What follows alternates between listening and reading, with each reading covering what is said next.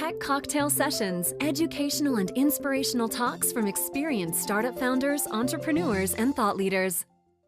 Yeah, so I guess I wanted to talk about something that I'm really passionate about, and it's kind of the life philosophy that I live by, and that's my intense laziness. If you kind of look at every major decision I've made in my life over this last several years, it's been really based off the fact that I like doing what's easy. And it's amazing what happens when you kind of surrender yourself to, whoa. Yeah, is that better? Okay.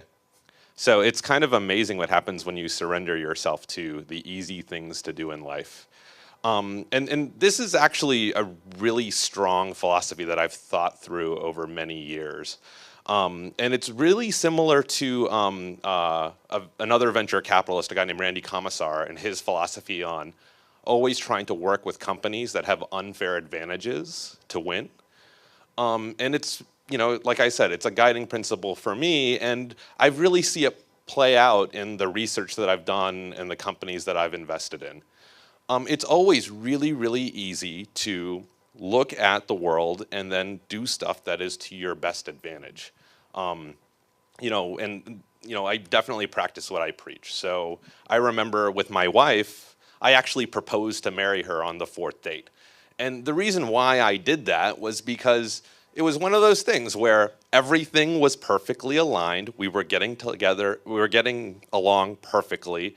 We were at the right stage of our life, and everything just lined up well. And so I said, okay, let's do it. And so we did it, and it's been awesome. And we've been married for 7 years now and haven't killed each other yet, so it's awesome.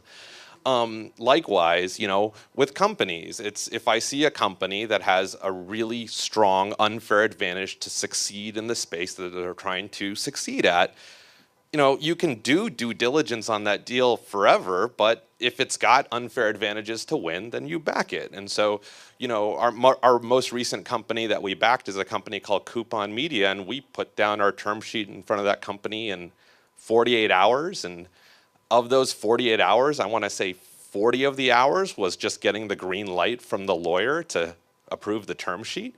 And I think that we probably actually made the decision to fund the company in the first 30, 40 minutes of listening to TJ pitch us.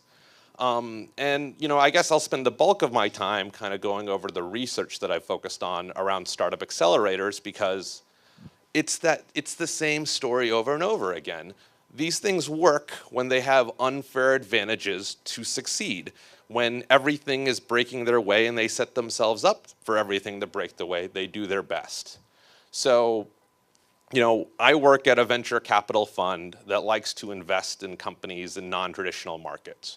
We invest in places in the middle of the US, cities like Austin, Boulder, Chicago, places like that. Places that you wouldn't traditionally think about venture investments happening in. Or at least, you know, if you look at the NVCA numbers, cities where, you know, less than 10% of the dollars flow. And when you look at those cities, the initial inclination is to say, oh, companies can't be successful there.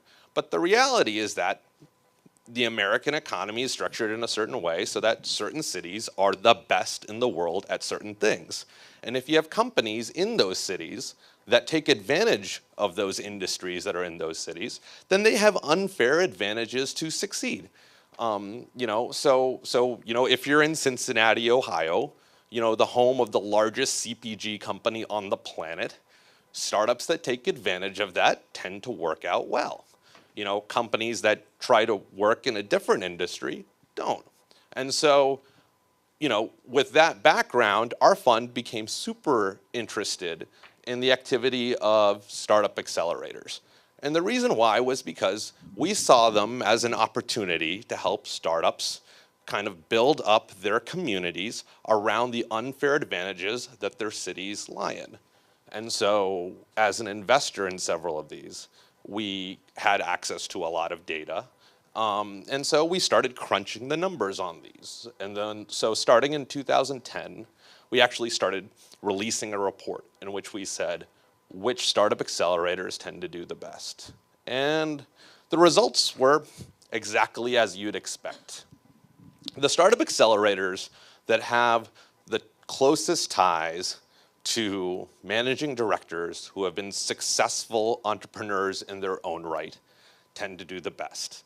The startup accelerators that are tied to, sources of capital from day one tend to do the best.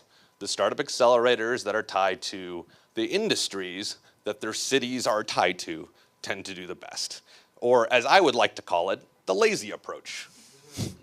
If you've got a company, if you have a startup and you're learning from someone who's successfully raised a ton of money, had a very successful business model and exited before as your lead mentor, and you join an accelerator that already has a ton of sources of capital tied to it, and you're trying to sell to customers that are local to you, that's really easy.